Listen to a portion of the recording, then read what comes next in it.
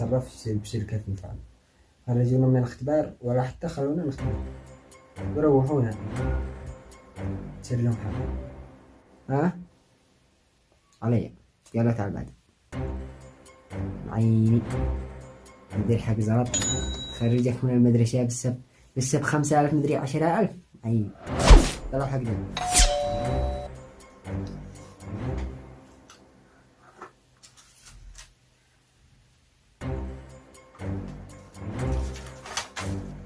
السلام عليكم يا مدير، كيف انت؟ وعليكم السلام ورحمة الله وبركاته. هلا من جمال لكم. ها هذا ولدك اللي دخل. إن قلبك الله يهون عليك. تخرج الولد. ليش خرجنا؟ أقول لك باختصار، ما سددتش الرسوم، وهذا على المسؤول السكرتير، أنا مش مسؤول.